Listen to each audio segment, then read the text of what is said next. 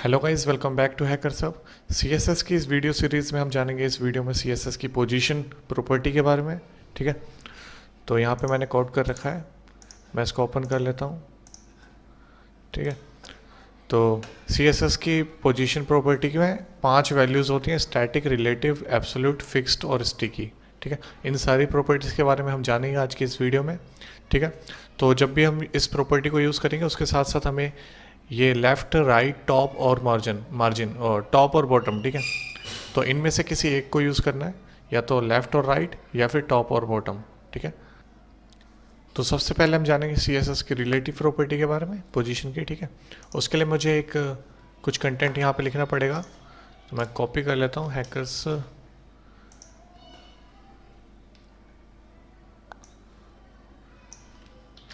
मैं यहाँ पे एक पी टैग बना लेता हूँ।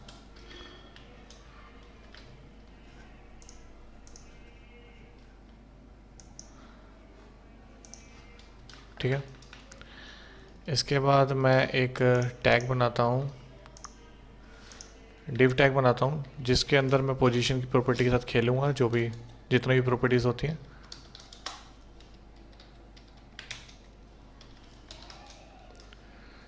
डिव में मैं अभी h1 हेलो, और इसको मैं क्लास दे देता हूँ एक पोज। तो अब मुझे CSS की स्टाइलिंग वगैरह करनी है, तो मैं यहाँ पे इनलाइन CSS का यूज़ कर रहा हूँ। मैं हेड के अंदर एक स्टाइल टैग ओपन कर लेता हूँ और ब्रैकेट बंद। ठीक है, तो मैं यहाँ पे स्टाइलिंग कर सकता हूँ इसकी। ठीक है, इसको मैं विड्थ दे देता हूँ, विड्थ में दे देता हूँ इसको 50% एंड हाइट में इसको दे देता हूँ 30 VH, और बैकग्राउंड कलर ताकि दिखाई दे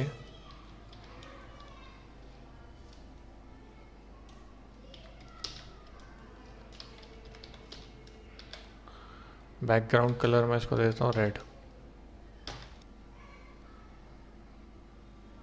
तो यहाँ पे इसकी स्टाइलिंग कर लिया, मैं यहाँ देखता हूँ तो इसने एक पूरी कंप्लीट विड्थ ले ली है, क्योंकि ये एक ब्लॉक एलिमेंट है। डिव जो है ब्लॉक एलिमेंट है, मैंने पिछले वीडियो में बताया था ब्लॉक एलिमेंट और इनलाइन एलिमेंट्स के बारे में।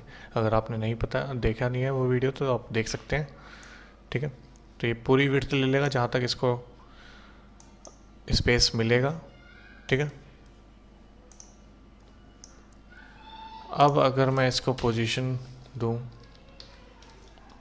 पोजीशन रिलेटिव, एंड जैसा कि बोला था कि इसके साथ साथ दो हेल्पर प्रॉपर्टीज़ और यूज़ होंगी। आप टॉप दे सकते हैं, टॉप से 20px। आप देख सकते हैं टॉप लिखते ही वो नीचे चले गया, एंड लेफ़्ट से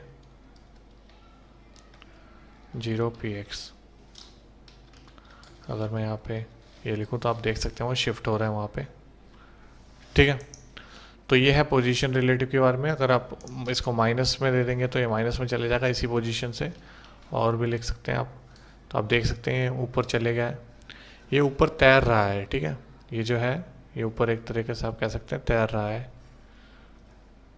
ठीक है, आप माइनस में इसको भी दे सकते हैं। अगली जो प्रॉपर्टी है वो है एब्सोल्यूट। ठीक है, तो उसके लिए मुझे एक नीचे एक और पी टैग लेना पड़ेगा या कुछ भी एलिमेंट लेना पड़ेगा, तो मैं सिंपली इसको कॉपी कर लेता हूँ और मैं यहाँ पेस्ट कर देता हूँ, ताकि इसके नीचे कुछ एलिमेंट्स आ जाए, तभी ज़्यादा समझ आएगा ये। अब मैं यहाँ पे इसको जैसे ही एब्सोल्यूट दूंगा ना, तो इसमें चेंजेस देखना आप।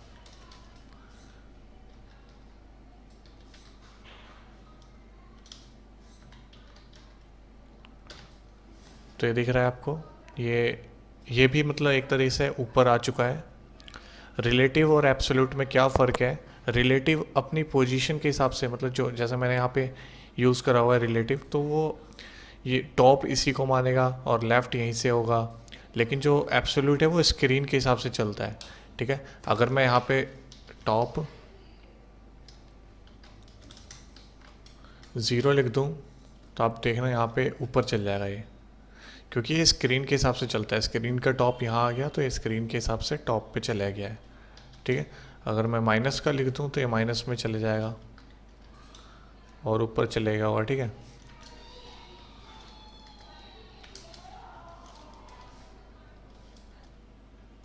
तो दिख रहा है ये आपको ऊपर जा रहा है, ठीक है।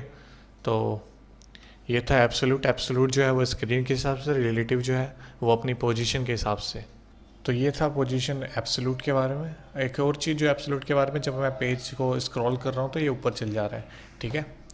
तो ये थोड़ा ध्यान रखना। और अब अगर मैं इसको पोजीशन दे दूँ फिक्स, अब मैं इसको नीचे करूँ तो फिर ये देख सकते हैं आप, ये इसकी जो पोजीशन है वो फिक्स हो चुकी है, वो यहीं रहेगा, ठीक है। आप इसको कुछ भी कर सकते हैं। अब यहाँ पे मैं 10 VH दे सकता हूँ इसको, तो ये यहाँ पे शिफ्ट हो जाएगा। लेफ़्ट में भी दे सकता हूँ इसको, लेफ़्ट 15% जो भी है, ठीक है। अपने हिसाब से पैडिंग मार्जिन जो भी है वो दे देना। और अब ये स्क्रॉल करने पे पोजीशन जो है फिक्स रहेगी इसकी, ठीक है। तो ये फ़र्क है एब्सोल्यूट और पोजीशन फिक्स्ड में।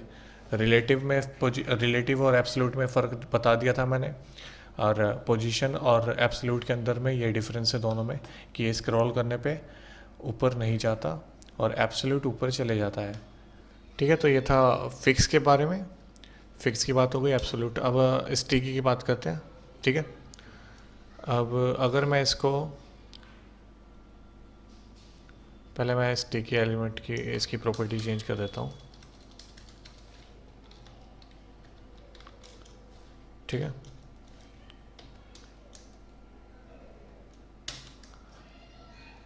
अभी कुछ नहीं होगा, मगर जैसे ही मैं इसको टॉप में लिख दूँ और टॉप में मैं इसको देता हूँ,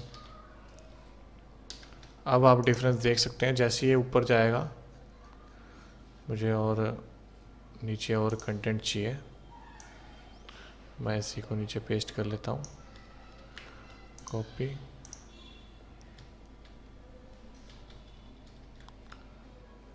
ठीक है।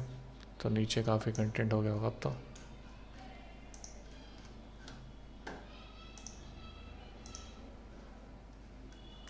अब आपको फ़र्क दिख रहा होगा, जैसे ही वो 20 VH के ऊपर उस पे जा रहा है हाइट पे, तो वो स्टिकी हो जा रहा है, ठीक है।